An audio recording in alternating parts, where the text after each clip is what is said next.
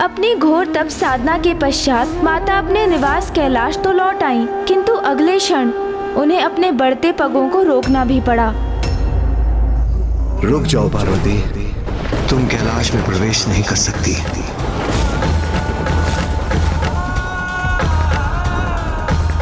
क्या हुआ? आपने मुझे क्यों रोक दिया स्वामी?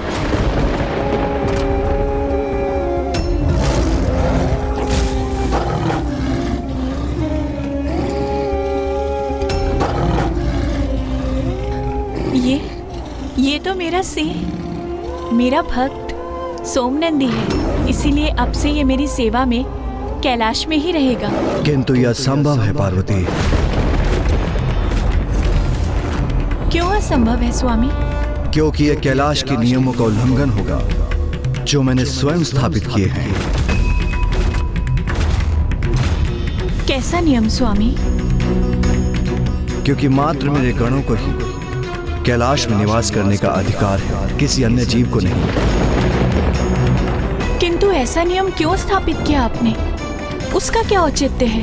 हिंसक प्रवृत्ति है इस सिंह की। पूर्व काल में इसने ऋषि मुनियों के साथ गौ माता को आखेट कर उनके संहार करने का पाप किया है। किंतु ये पाप तो इसने मेरी शरण में आने के पूर्व किए थे स्वामी, और अब तो ये सुधर चुका है। अपनी हिंसक प्रवृत्ति का परित्याग कर इसने मेरे तप की अवधि में मेरी निगरानी कर मेरी सेवा की है इसने। मेरे तप में कोई विघ्न नहीं उत्पन्न होने दिया इसने। इसके अंतर में मेरे प्रति भक्ति जागृत होने से ही इतना बड़ा परिवर्तन आया है इसमें। इसने भक्ति पथ पर चलना आरंभ कर अपनी पाप की यात्रा का अंत कर दिया है। स्वामी, सोमनंदी मेरा कृपा पात्र है, और जिस पे मेरी कृपा दृष्टि होती है वो अपने समस्त दुखों, पापों और कष्टों से मुक्त हो जाता है। आपके गण आपके कृपा पात्र हैं, इसीलिए उन्हें कैलाश में निवास करने का अधिकार है। किंतु ये मेरा भक्त है, और मेरा भक्त होने के कारण इसकी गणना भी आपके गणों में होनी चाहिए, और इसे भी कैलाश में रहने का अधिकार मिलना चाहिए स्वामी।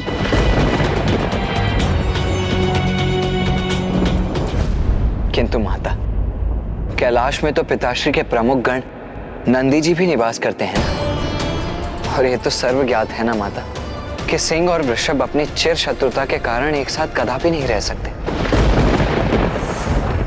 पुत्र, कैलाश जैसे पावन स्थान पर शत्रुता का भाव कहाँ रह सकता है? कैलाश जैसे स्थान पर सभी जीवों को समान सम्मान प्राप्त होता है, जहाँ कोई भी जीव किसी भी अन्य जीव का आखेट नहीं करते, जहाँ के वासी अहंकार से परे हैं, द्वेष, ईर्ष्या, शत्रुता जहाँ स्वतः ही मिट जाती है, जहाँ विचार एवं कर्म में किसी भी प्रकार की नकारात्मकता का कोई भी स्थान नहीं होता। पुत्र, मैं उचित कह रही हूँ ना स्वामी?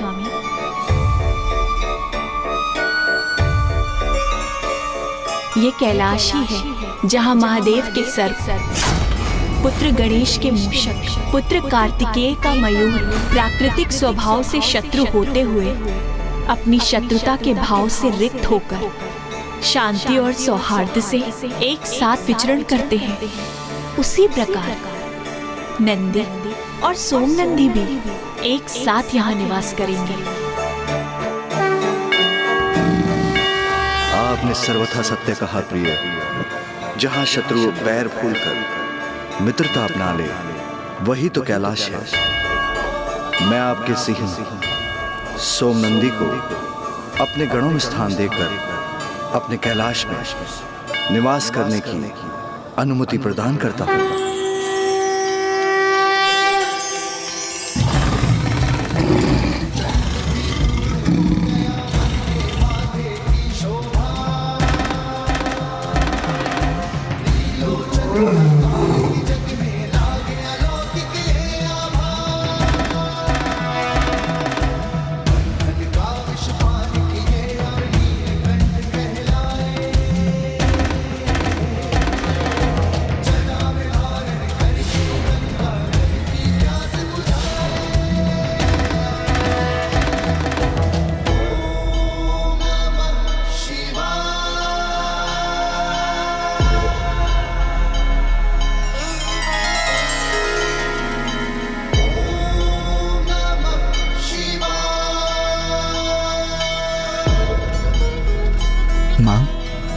आपको ये लाल पुष्प पंखुड़ियों की परत कैसी प्रतीत हो रही है? मैंने स्वयं आपके स्वागत में इन्हें बिछाया है। ये तो अति सुंदर है पुत्र। और माँ, ये रंगोली मैंने बनाई है, कैसी है? ये भी अति सुंदर है। नाथ, मेरे दोनों पुत्रों ने इतने उत्साह से मेरे स्वागत की व्यवस्था की है, किंतु आपने मेरे स्वागत के लिए क्या किया है नाथ? पार्वती, पुष्प तो नहीं, किंतु मेरे नेत्र, मेरे प्राण, मेरी प्रत्येक श्वास सभी आपकी प्रतीक्षा में कब से बिछे हैं।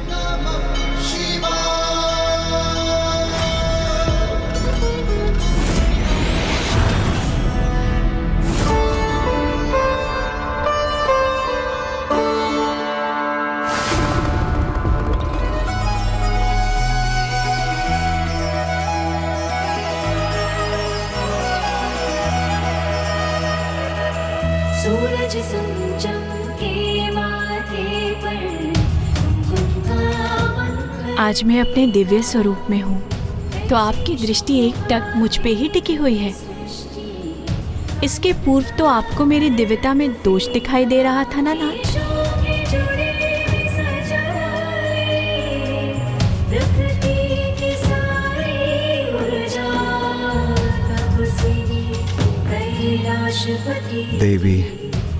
देवी महागौरी प्रिय, आपके तो सभी स्वरूप दिव्यता से परिपूर्ण हैं, उनमें कोई दोष कहाँ। और मुझे आपके प्रत्येक रूप से अपार स्नेह है।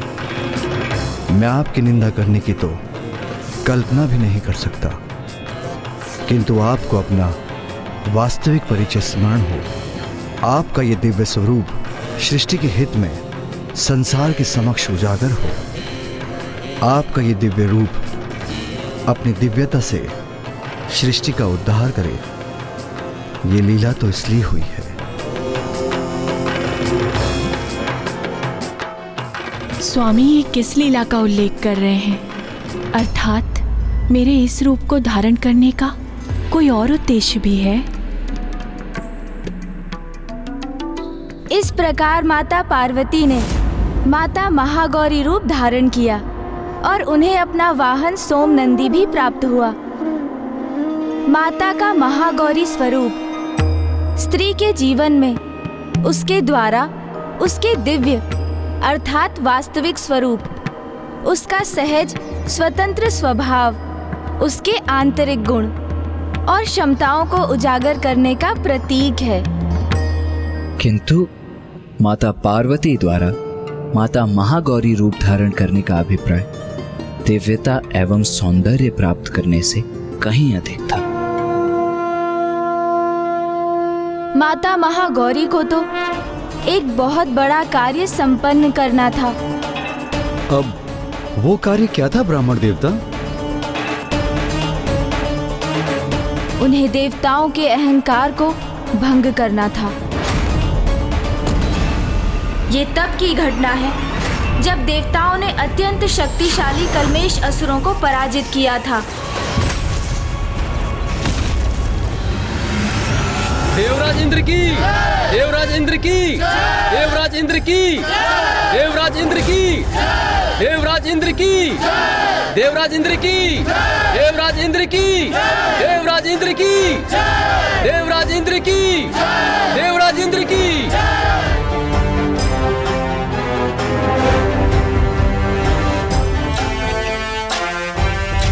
देवगण, एक बार पुनः हमने मेरे देवराज इंद्र के कुशल नेतृत्व में दुष्ट कल्मेश असुरों को धूल धूसरित कर दिया।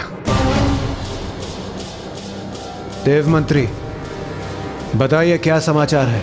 देवराज, असुर तो अब पाताल में ही छिपे रहने पर विवश हैं और पृथ्वी पर भी यज्ञ आदि सुचारू रूप से गतिशील हैं, जिसके कारण हम सभी देवताओं को बिना किसी बाधा के हमारा भविष्य प्राप्त हो रहा है।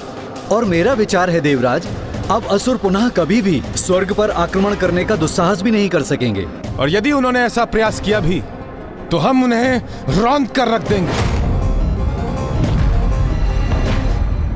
अब असुर अपने तक ही सीमित हैं। तो फिर जब वो हमारे प्रति कोई दोषपूर्ण व्यवहार नहीं कर रहे हैं, तो अब देवताओं के मन में उनके प्रति इतनी हिंसा क्यों है?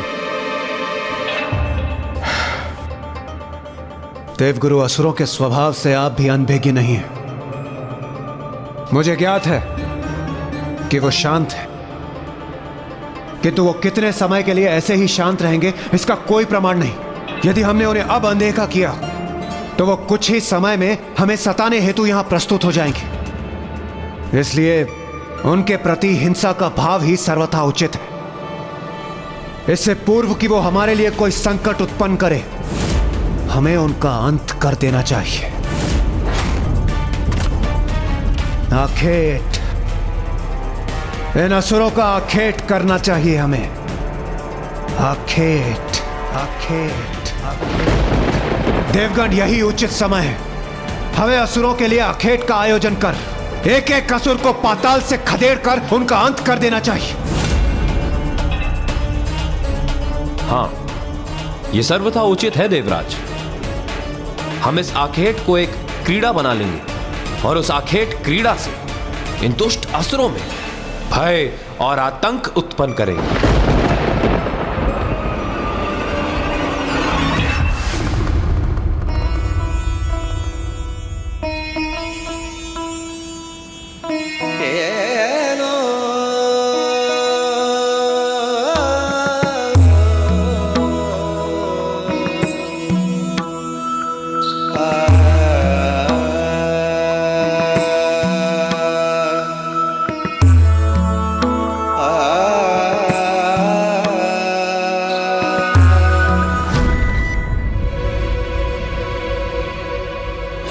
वरुण देव सर्वथा उचित कह रहे हैं देवराज।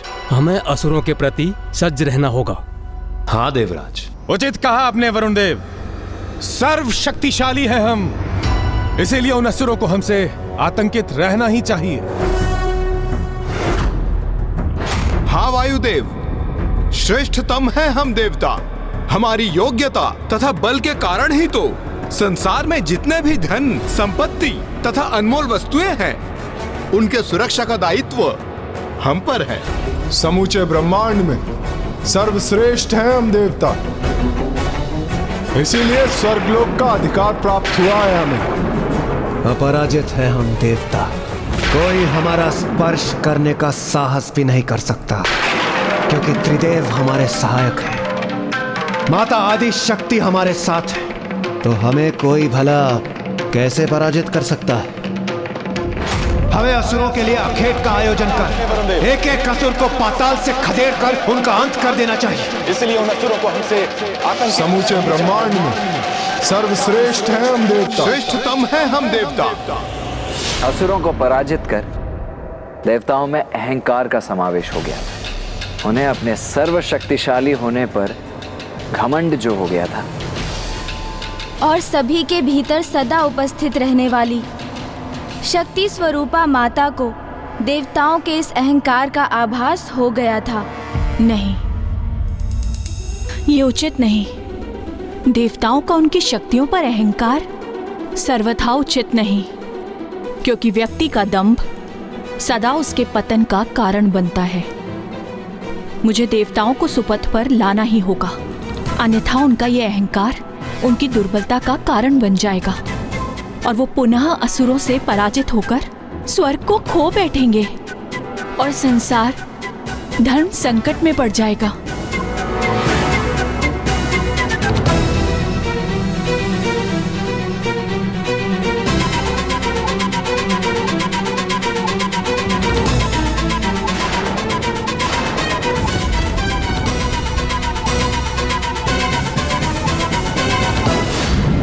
संतान सुपथ से भटक जाए तो उसे सुपथ पर लाना माता का ही कर्तव्य होता है। तो उसी कर्तव्य को निभाने हेतु मुझे देवताओं के अहंकार को भंग करना ही होगा।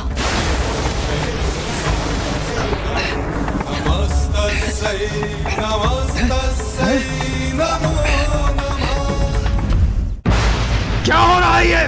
कैसा प्रकाश है ये?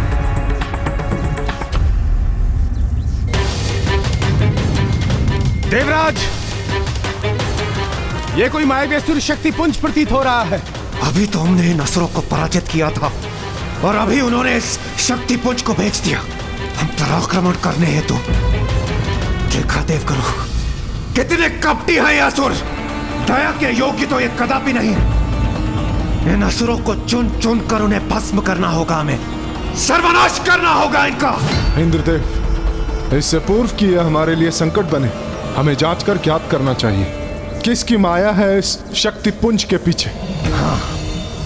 वायुदेव, आप इस शक्ति पुंज के निकट जाइए, जाकर देखिए इसके विषय में और क्या ज्ञात कर सकते हैं आप। उचित है देवराज।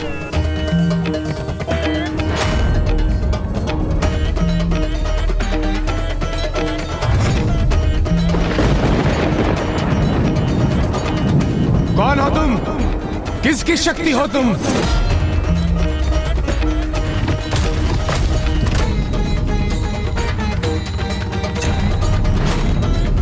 मेरा प्रश्न नहीं सुना तुमने? किसकी शक्ति हो? सर्वप्रथम आप बताइए, कौन है आप? अच्छा, स्वर्ग में आकर तुम मेरा परिचय पूछने का दुस्साहस कर रही हो। वायुदेव हूं मैं, वायुदेव। इस समस्त संसार का प्राण हूं मैं। इस संसार में मुझसे अधिक बलवान कोई भी नहीं। बड़े से बड़े नगर को पल भर में उजाड़ सकता हूं मैं, उसे धूल में परिवर्तित कर सकता हूं। समझ गई मेरी शक्ति? लगता है तुम्हें मेरी शक्ति का परिचय देना होगा। उसकी कोई आवश्यकता नहीं। अर्थात समझ गई कितना शक्तिशाली हूं मैं। इतने ही शक्तिशाली हो तो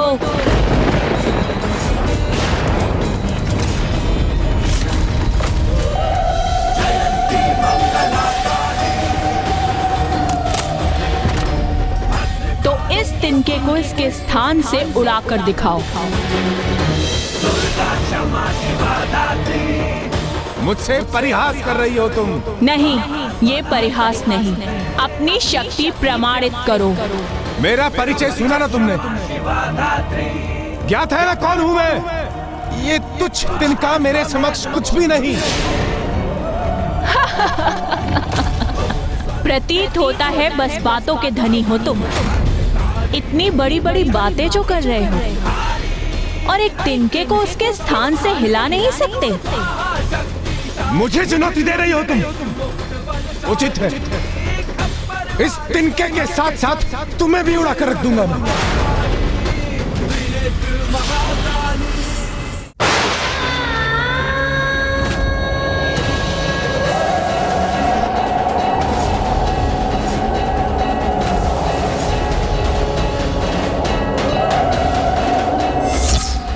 इस तिनके को कुछ भी नहीं हुआ।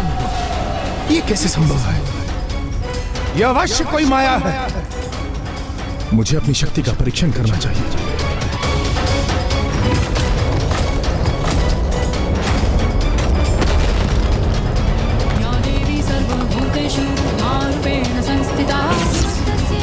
मेरी शक्ति तो अपने स्थान पर स्थिर है, वो तो तनिक भी क्षीण नहीं पड़ी।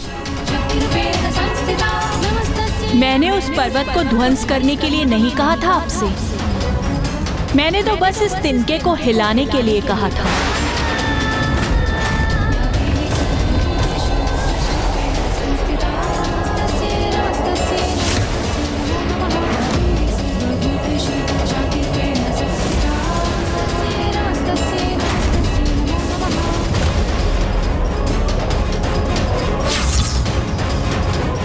असंभव, मेरा तीव्रतम प्रहार भी इस तिनके को हिला तक नहीं पाया। जाइए, जाकर कह दीजिए सभी देवताओं से कि स्वर्ग में यदि कोई वास्तव में शक्तिशाली है तो वो मेरे द्वारा स्थित इस तिनके को उसके स्थान से उड़ाकर अपनी शक्ति का परिचय दे।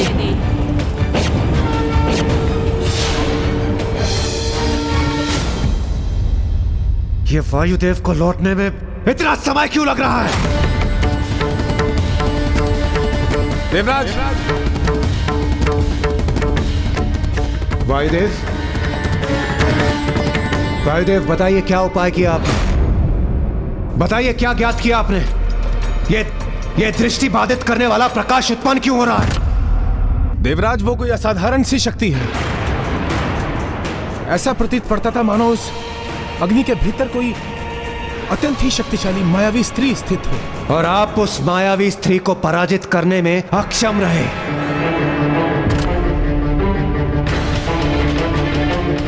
एक स्त्री का इतना तो साहस कि वो मेरे स्वर्ग लोक में आकर यहाँ के क्रियाकलापों में बाधा उत्पन्न करे।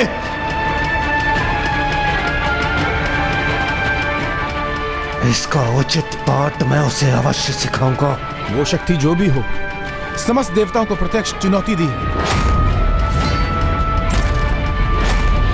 और उसने कहा है, यदि जाइए, जाकर कह दीजिए सभी देवताओं से कि स्वर्ग में यदि कोई वास्तव में शक्तिशाली है तो वो मेरे द्वारा स्थित इस तिनके को उसके स्थान से उड़ाकर अपनी शक्ति का परिचय दे। तो मात्र एक तिनके को उड़ाने में अक्षम रहे हैं आप वायुदेव। देवराज, मेरा विश्वास कीजिए, वो कोई साधारण शक्ति नहीं है।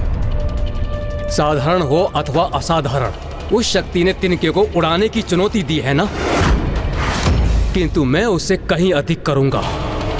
तिनके को भस्म कर दूंगा मैं। देवराज इंद्र, मुझे आज्ञा दीजिए।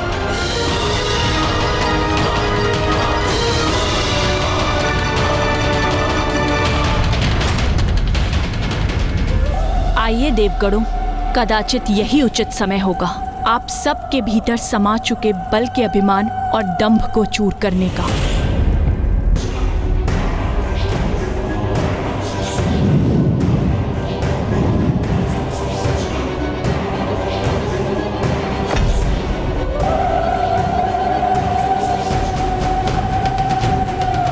अग्निदेव हूं मैं, अग्नि का स्रोत, इसलिए तुम्हारी ऊर्जा का प्रकाश मेरी दृष्टि को बाधित नहीं कर सकता। अच्छा, तो पूर्ण विश्वास है आपको कि आप भी अग्नि के स्रोत हैं। सुना नहीं तुमने? अग्निदेव हूं मैं, अग्नि ही मेरा परिचय है। क्या चुनौती दी थी तुमने हम देवताओं को कि इस तुच्छ तिनके को उड़ाकर दिखाएं हम देवता? देखो अब इस तुच्छ तिनके को कैसे भस्म करूंगा मैं। तो ये तो आपके लिए अत्यंत सरल होना चाहिए ना, क्योंकि अभी तो आपने कहा कि आप ही अग्नि के स्रोत।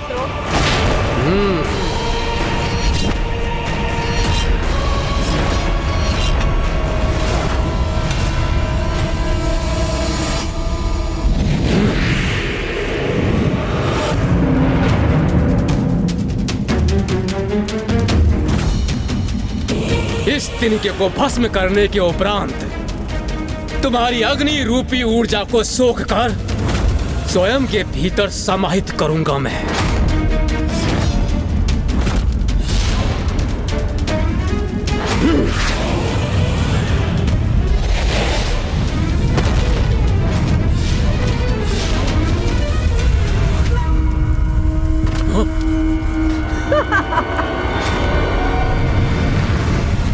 क्या हुआ अग्निदेव? वो तिनका भस्म हो गया?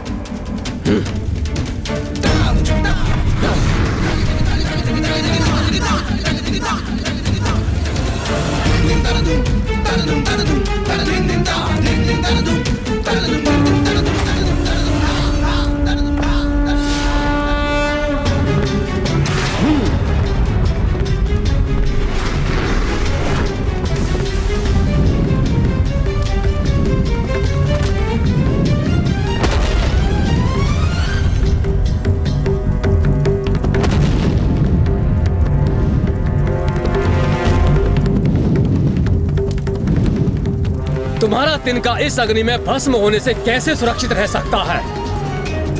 वो अवश्य भस्म हुआ होगा। कदाचित वो ज्ञात करने का समय अब आ गया है।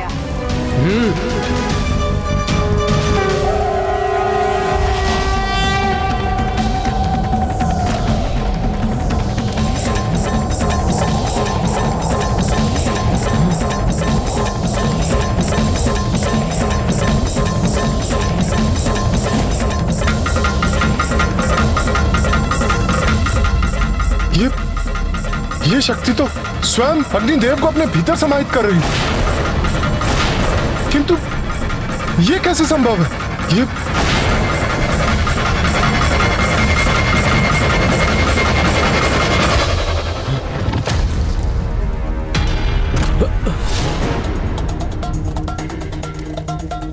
बहुत अहंकारी प्रमाणित हुए आप अग्निदेव। अपनी श्रेष्ठता स्थापित करने के लिए आप देवताओं के स्थान स्वर्ग को भी भस्म करने के लिए आतुर थे। मुझे ज्ञात है यहाँ क्या घटित हुआ है। आप सभी देवता अपने सुरक्षित स्थान से उसके साक्षी। तो है कोई और देवता जो इतना शक्तिशाली हो, जो मेरे द्वारा स्थित किए गए इस तिनके को इसके स्थान से उड़ा सके?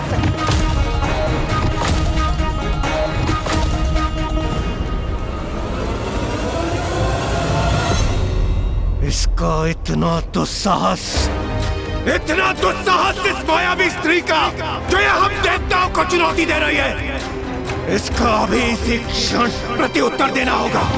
देवराज इंद्र माता की दिव्यता स्वीकार करने के स्थान पर उन्हें एक आसुरी शक्ति ही मानते रहे। अहंकार का अंधकार सत्य का परिचय कहां होने देता है भला। देवताओं के अहंकार ने उनकी दृष्टि और बुद्धि दोनों को ही भ्रमित कर दिया था महाराज। वो ये देखने और समझने में असमर्थ थे कि उनके समक्ष कोई मायावी शक्ति नहीं, अपितु स्वयं माता महागौरी अपने तेजोमय रूप में थी। फिर क्या हुआ ब्राह्मण देवता? फिर अपने दंभ और क्रोध का प्रदर्शन करते हुए इंद्रदेव के साथ समस्त देवता माता से संघर्ष करने के लिए तत्पर हो गए।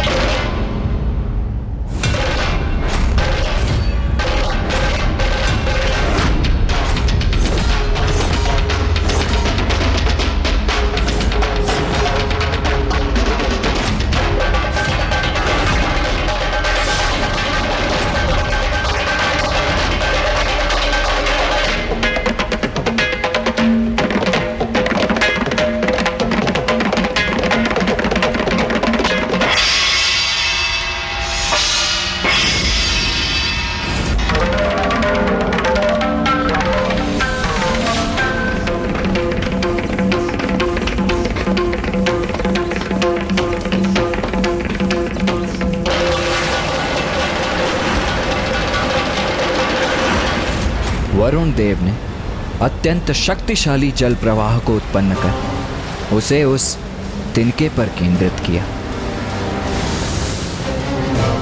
मेरे जल का शक्तिशाली प्रवाह शांत कर देगा इस तेज पुंज के तेज और इस तिनके को भी बहा कर ले जाएगा।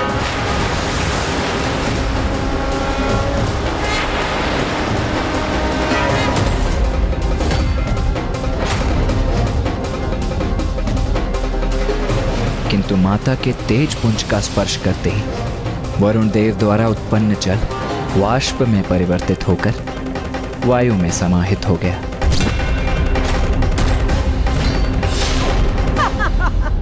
फिर सूर्य देव ने अपनी सूर्य की किरणों की शक्ति से उस तिनके को हटाने का प्रयास किया, किंतु वे विफल हुए।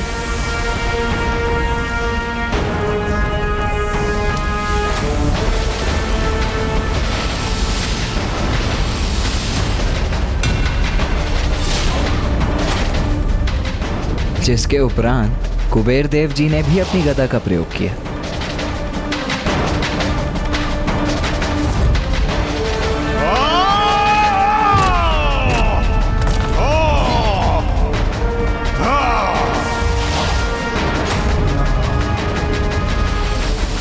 लो, उड़ा दिया तुम्हारा तिनका मैंने अपनी गदा के प्रहार से।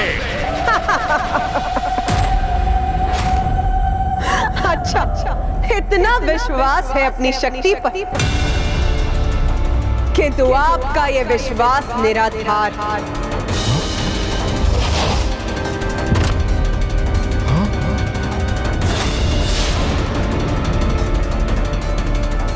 कोई आसुरी शक्ति नहीं, ये अवश्य कोई दिव्य शक्ति है।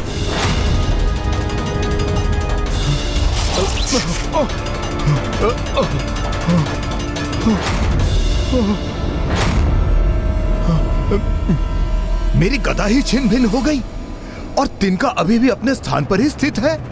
कैसे संभव है ये? एक एक करके सभी देवता पराजित हो रहे थे और इस घटनाक्रम के प्रत्यक्षदर्शी देवराज इंद्र के क्रोध में निरंतर वृद्धि हो रही थी। और जब सब देवता असफल हो गए तो स्वयं देवराज इंद्र ने प्रयास करने का निर्णय लिया। बस इतना ही तपोबल है आप देवताओं का। आप सभी अपनी संपूर्ण शक्ति का प्रयोग करके भी इस तिनके को इसके स्थान से नहीं उड़ा सके। मायाविनी, मेरी शक्ति के समक्ष तुम्हारा तिनका तो क्या, स्वयं तुम भी नहीं टिक पाओगी।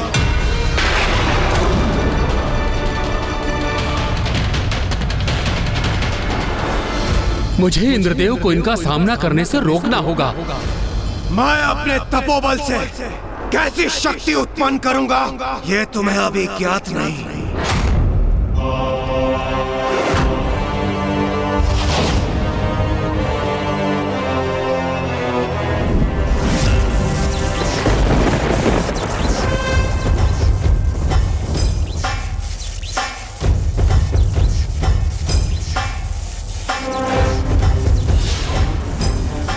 देवराज इंद्र हूं मैं और मैं अपनी वज्र शक्ति से तुम्हारे इस तिनके को भस्म कर दूंगा।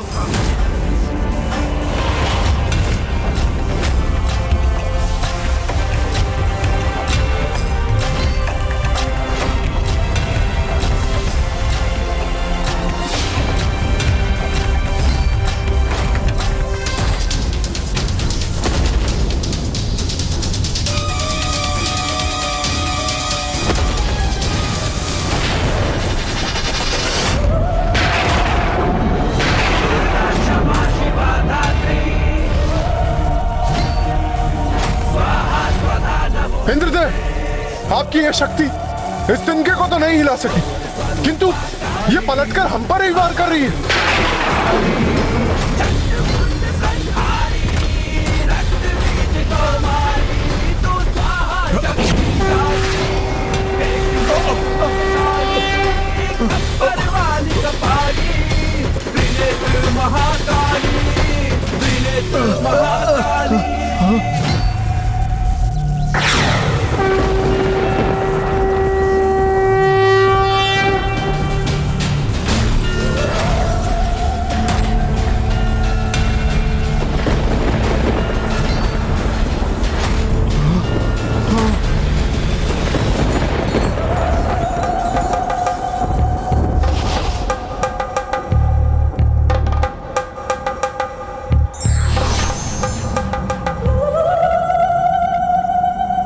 आपने मेरी वज्र की शक्ति को बांध लिया, उसकी दिशा को परिवर्तित कर उसे मेघों में समाहित कर हमारी रक्षा की है आपने।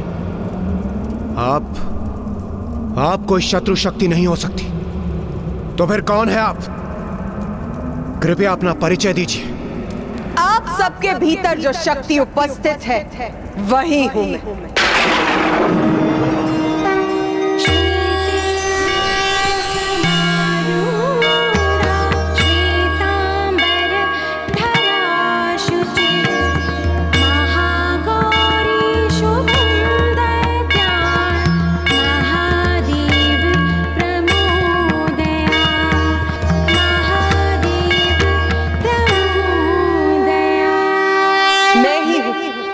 जिसने आपको असुरों पर विजय प्राप्त करने का सामर्थ्य प्रदान किया। आप सभी अपनी शक्ति के अहंकार में डूब चुके थे, इसीलिए आपको यह स्मरण कराने हेतु कि अहंकार सदा विनाश का कारण बनता है। आप सभी के अहंकार को नष्ट करने के लिए मुझे स्वयं यहाँ प्रकट होना पड़ा।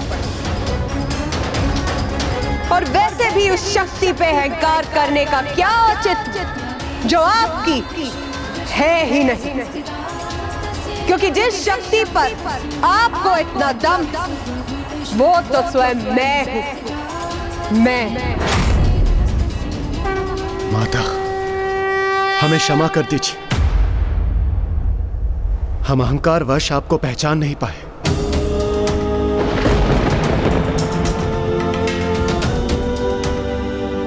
माता, हमसे बहुत बड़ी भूल हो गई, हमें क्षमा कर दीजिए माता।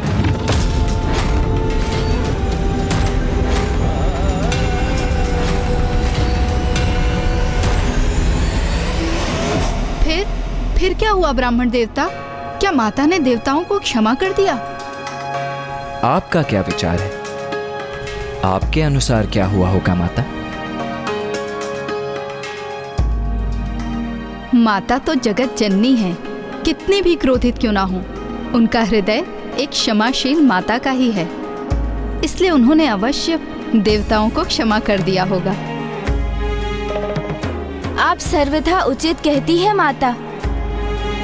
यदि उनका भक्त अपनी भूल को स्वीकार कर लेता है तो माता उसे अवश्य क्षमा करती हैं, क्योंकि भूल तो किसी से भी हो सकती है, किंतु आवश्यक तो ये है कि अपनी भूल को समझकर क्षमा याचना कर उस भूल को सुधारने का संकल्प लिया जाए।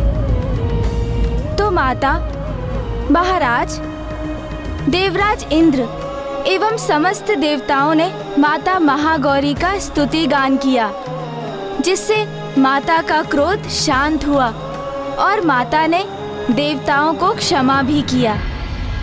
आप सभी निष्कपट और निष्ठा भाव से अपनी भूल का प्रायश्चित कर रहे हैं, इसीलिए मैं आप सभी को क्षमा करती। किंतु स्मरण रखिए, देवता हैं आप, जगत कल्याण कर्तव्य है आपका, इसीलिए सदा अपने कर्तव्य के लिए सजग रहिए और दोषपूर्ण आचरण से सदा स्वयं को दूर रखिए।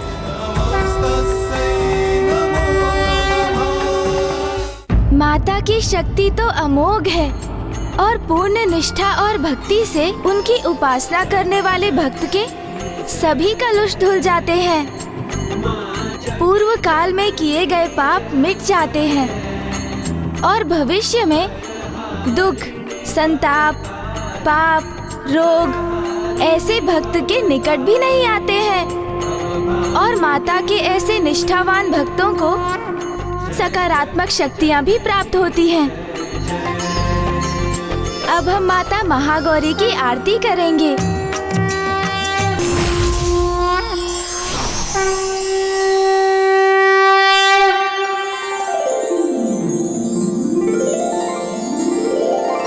कल नवरात्रि का 9वां दिवस है। कल हम माता के 9वां रूप माता सिद्धिदात्री की कथा कहेंगे।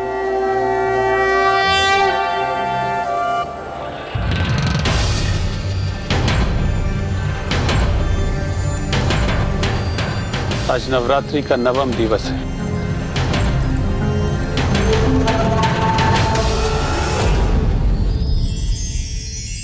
माँ, आज हम महाराज देवोदास और माता सरला को आपके 9वें स्वरूप की कथा सुनाएंगे। हमें आशीष दीजिए कि हम आपकी कथा को संपन्न कर सकें और हमारे यहाँ आने के प्रयोजन को सिद्ध कर सकें।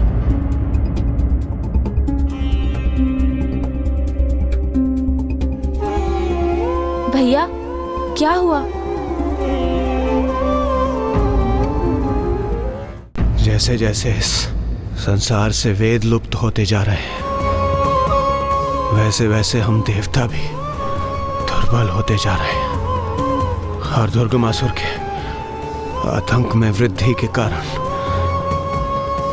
सृष्टि पर संकट की छाया और भी गहराती जा रही है। इस समस्या का समाधान तभी संभव है जब महाराज देवोदास अपनी भूल को समझ लें। और यदि ऐसा नहीं हुआ यदि हमारे समस्त प्रयासों के पश्चात भी महाराज देवोदास अपनी भूल समझने में असमर्थ रहे तो, यदि हम अपने उद्देश्य को पाने में असफल हो गए तो? भक्त की भक्ति कभी असफल नहीं होती देवराजेंद्र। चिंता करने के स्थान पर हमारा कर्तव्य है उचित विधि विधान और पूर्ण निष्ठा के साथ नवरात्रि पूजन को संपन्न करना। भैया, जिस प्रकार हम पूर्ण समर्पण और भक्ति भाव से माँ की पूजा करते आ रहे हैं, उसी प्रकार हमें फल की चिंता त्याग कर संशय के चक्रव्यूह में ना उलझकर कर्म पथ पर स्थित रहना चाहिए, क्योंकि नियति पर तो हमारा कोई नियंत्रण नहीं है भैया। जो होना है वो तो होकर ही रहेगा। इसलिए यदि हम अपने संशय और चिंता पर नियंत्रण रख भक्ति भाव धारण कर, तो माँ अवश्य हमारा पथ प्रदर्शन करेंगी और हमें सफलता प्रदान करेंगी भैया।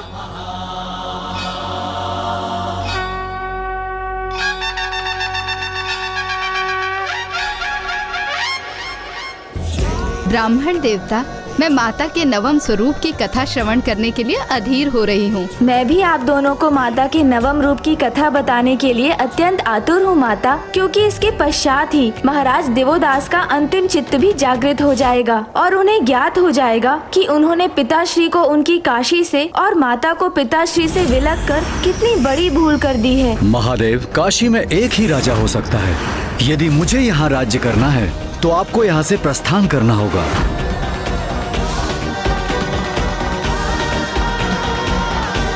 गणेश, माता का नवम स्वरूप अर्थात माता सिद्धिदात्री।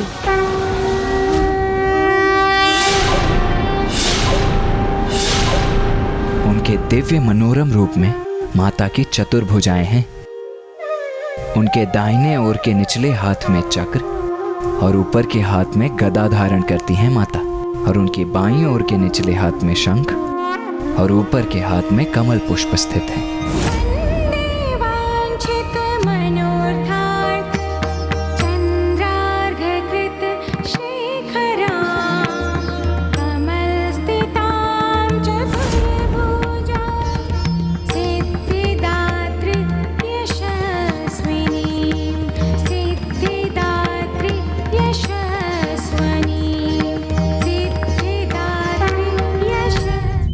नवरात्रि का अंतिम दिवस है और जिसमें आज हम कथा सुनाएंगे माता के नवम स्वरूप माता सिद्धिदात्री की। अपने नाम के अनुरूप माता सिद्धिदात्री अपने भक्तों को सिद्धियां प्रदान करती हैं। महादेव, ब्रह्मदेव और नारायण को समस्त सिद्धियां प्रदान करने वाली भी माता सिद्धिदात्री ही हैं। आश्चर्य! ये कब और कैसे हुआ ब्राह्मण देवता? ये उस समय की बात है महाराज, जब ब्रह्मांड में शक्ति के अतिरिक्त और कुछ भी नहीं था। तब श्री महाकाली ने महादेव, ब्रह्मदेव और नारायण के साथ साथ उनकी शक्तियां माता पार्वती, माता सरस्वती एवं माता लक्ष्मी को प्रकट की, जिसके उपरांत श्री महाकाली ने त्रिदेवों को सृष्टि के संचालन में अपनी भूमिका ज्ञात करने हेतु उन्हें ध्यान साधना करने का निर्देश दिया।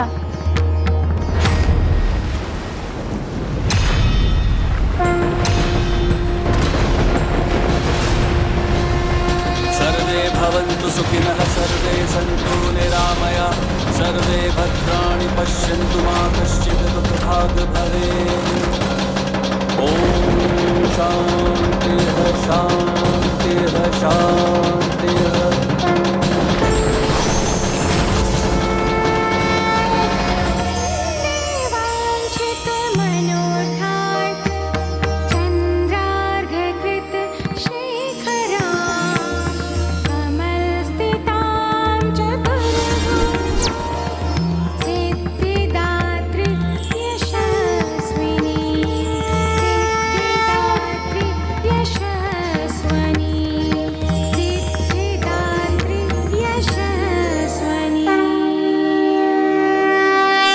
प्रणाम ब्रह्मदेव, नारायण, महादेव। अब आपका अपनी पत्नियों का साथ पाने का समय आ गया।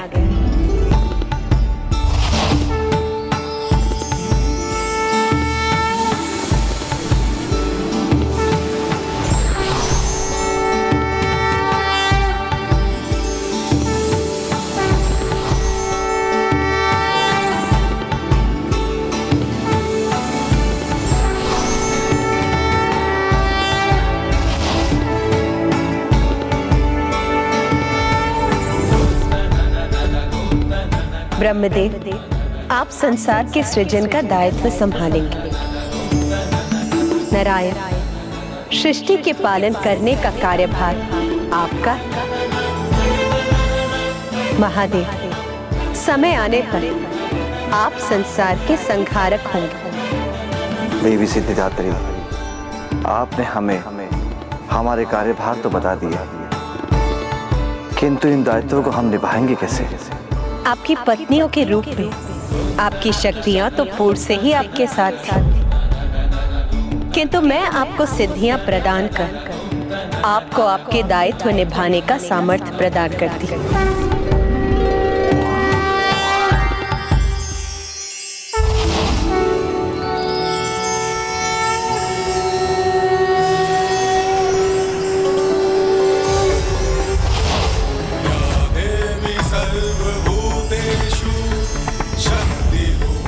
सर्वप्रथम जो अष्ट सिद्धियां मैं आपको प्रदान करूंगी वो है अणिमा, जिससे साधक अपने शरीर को लघुकाय बना सकता है।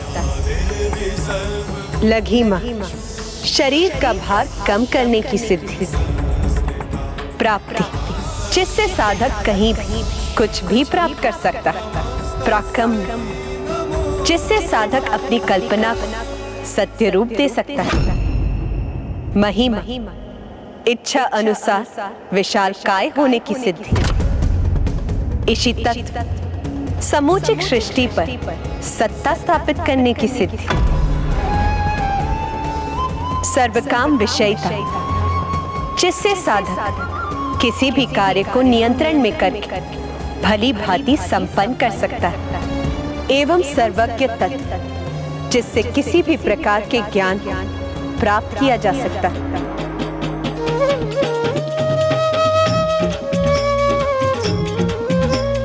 अष्ट सिद्धि नौ निधि की दात्री, हेमा सिद्धि दात्री, मन वांछित फल प्राप्त करे जो ध्याते दिवस और रात्रि।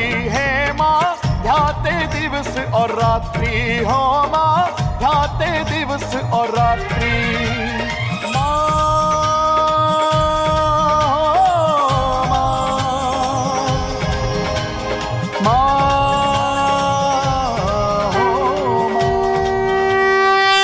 अष्ट सिद्धियों के अतिरिक्त माता सिद्धिदात्री ने त्रिदेवों को अन्य 10 सिद्धियां भी प्रदान करी,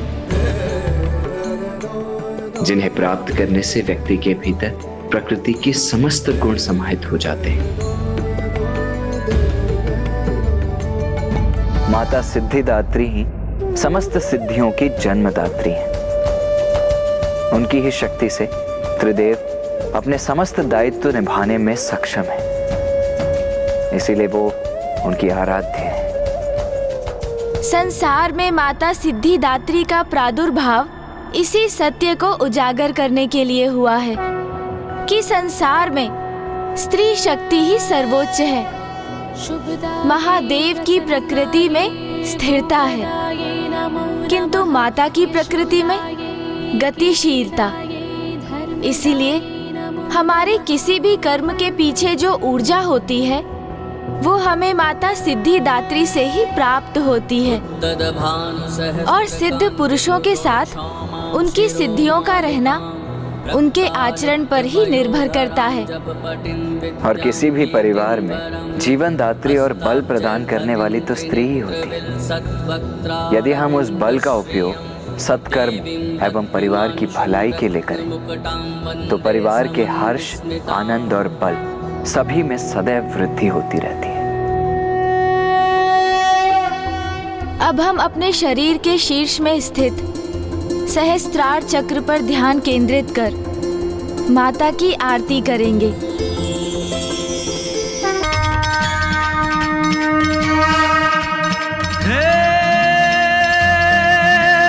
अष्ट सिद्धि निधि की दात्री, हे मां सिद्धि दात्री, मन वांछित फल प्राप्त करे जो ध्याते दिवस और रात्रि, हे मां ध्याते दिवस और रात्रि, हे मां ध्याते दिवस और रात्रि।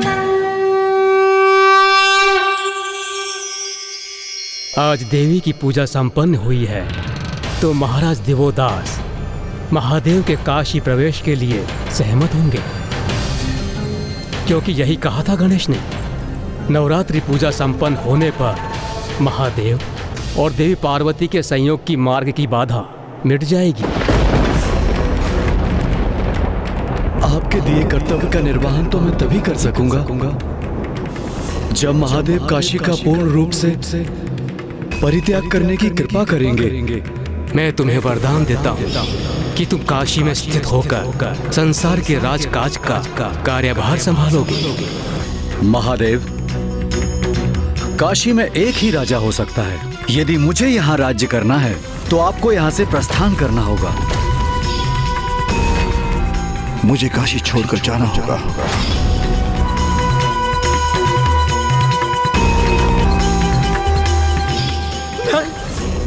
मैं तुम्हें काशी छोड़कर जाना होगा कि तुम काशी में स्थित होकर संसार के राजकाज का कार्यभार संभालोगे।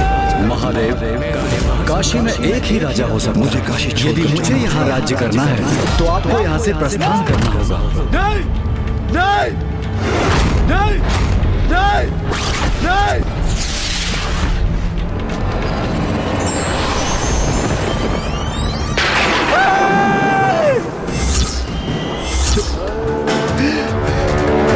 नहीं।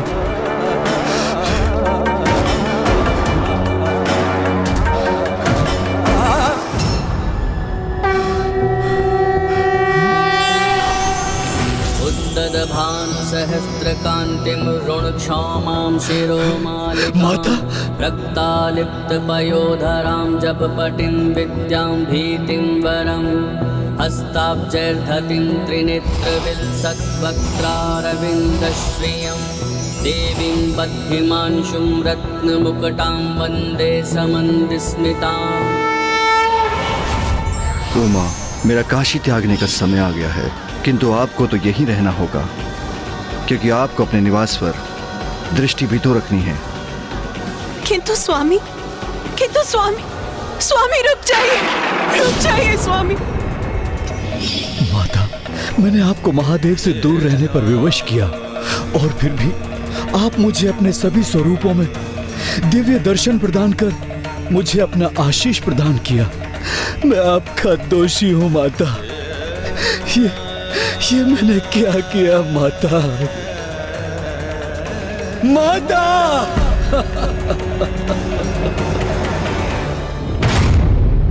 माता!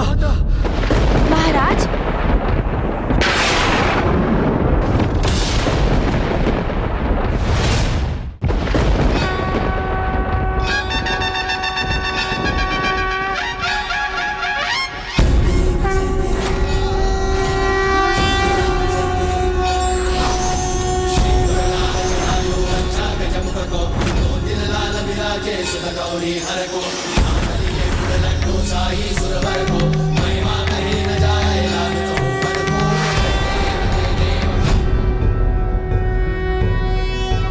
योगीश्वरो महासेनः कार्तिकेयो अग्निनन्दनः स्कन्दः कुमारः सेनानिः स्वामी शंकर संभव।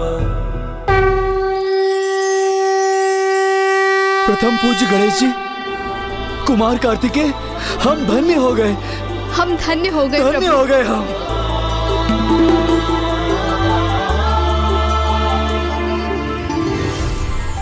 महाराज दिवोदास, महारानी सरला, ओम जयंती मंगला। मेरे पुत्र गणेश और कार्तिकेय ने आपको मेरी संपूर्ण कथा सुनाई और पूर्ण विधि विधान से मेरी पूजा संपन्न कर आपके समस्त चक्र और कुंडलिनी शक्ति भी जागृत हो गई, जिसके कारण माया की वो महीन परत जो आपकी दृष्टि और बुद्धि को बाधित कर रही थी, अब वो भी हट गई और मेरी कृपा से आप दोनों को अब दिव्य दृष्टि प्राप्त हो चुकी और अब आप ये समझने भी सक्षम कि 10 महादेवियां भी मैं और 9 देवी भी मैं ही।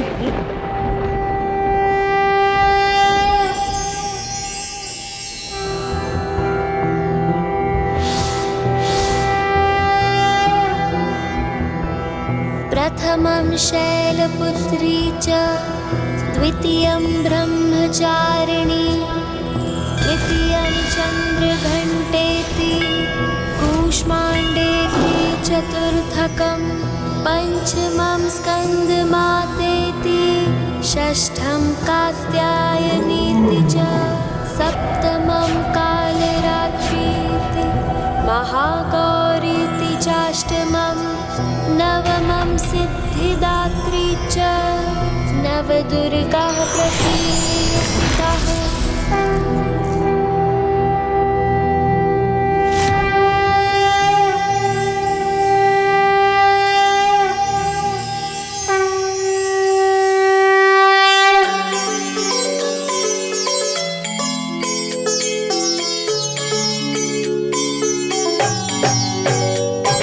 जग जननी जय जय। आप दोनों मेरे पूर्ण दिव्य दर्शन और मेरे प्रत्येक स्वरूप में मेरा आशीष भी प्राप्त हुआ। तारिणी भयहारिणी भवतारिणी भवभामिनी जय जय। माँ जग जननी जय जय। प्रभु, आपने हमसे पूर्ण विधि विधान से नवरात्रि पूजन करा के हमें कृतार्थ कर दिया। प्रभु, कृतार्थ कर दिया।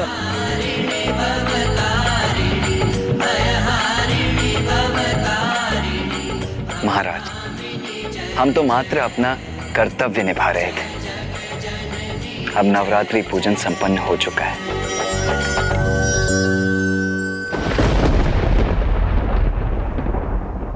प्रभु, मैं बहुत बड़ी भूल कर बैठा हूं प्रभु, बहुत बड़ी भूल।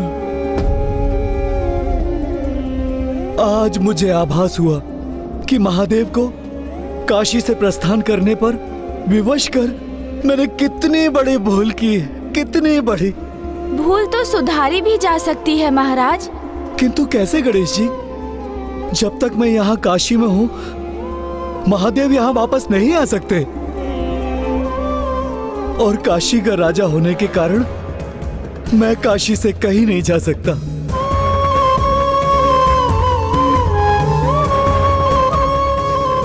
मात्र 10 दिवस की अवधि के पश्चात काल आपकी आत्मा को आपकी देह से विलग कर अपने साथ ले जाएगा। प्रभु, आपने कहा था कि 10 दिवस में महाराज की मृत्यु होगी, तो क्या वास्तव में उनकी मृत्यु का समय निकट आ गया है?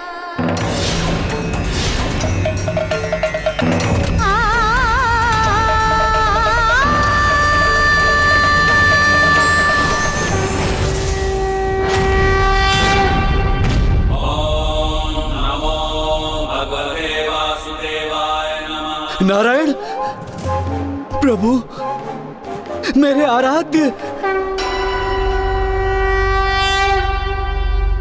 प्रथम पूज्य गणेश के मुख से निकले वचन मिथ्या कैसे हो सकते हैं राजा दिवोदास?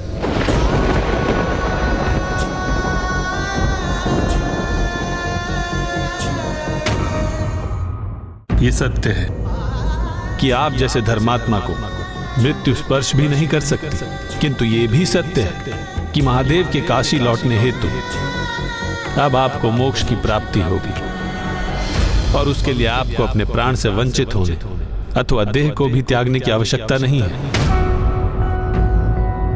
आपने देवी का पूजन किया है महाराज दिवोदास, और काशी तो मेरे महादेव का स्थान है, इसलिए काशी मुझे भी प्रिय है। इसलिए मैं काशी में एक सरोवर की रचना करूंगा, जहां पे आप एक शिवलिंग की स्थापना करेंगे जिससे आप महादेव को उनकी काशी से बाहर और उनकी शक्ति से दूर करने के पाप से दोषमुक्त होंगे। उसके पश्चात मैं आपको और महारानी सरला को सशरीर वैकुंठ लेके जाऊंगा।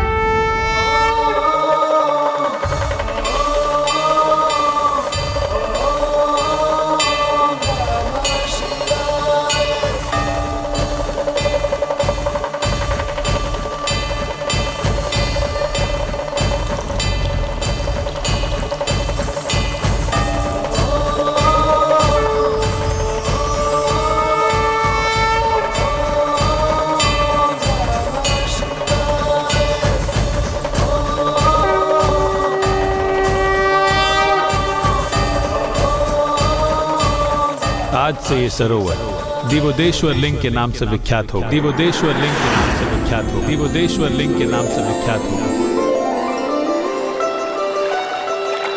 मामा जी, आपने काशी में अपना सरोवर स्थापित कर काशी को संपूर्णता प्रदान की है, क्योंकि अब ऐसा कोई भी देवता शेष नहीं है जिनका काशी में स्थान ना हो। जैसे कि पिताश्री का विश्वनाथ मंदिर, माता का मंदिर, ब्रह्मदेव का दशा अश्वमेध घाट, सूर्य देव के 12 कुंड और योगिनी माताओं के 64 योगिनी घाट।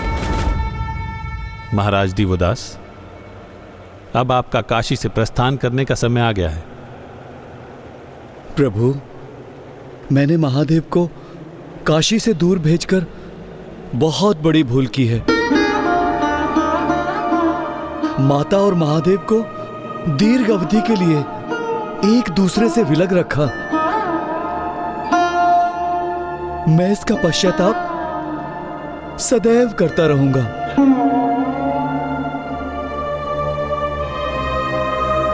हमें क्षमा कर दीजिए माता, क्षमा कर दीजिए।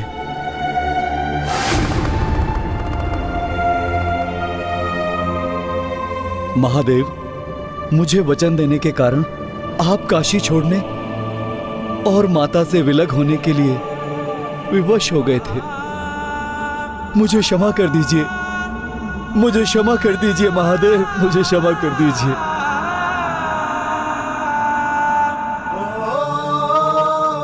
प्रभु, काशी लौट आइए, काशी लौट आइए, माता आपकी प्रतीक्षा कर रही है। प्रभु, काशी लौट आइए, माता आपकी प्रतीक्षा कर रही है। प्रभु, काशी लौट आइए, माता आपकी प्रतीक्षा कर रही है। प्रभु।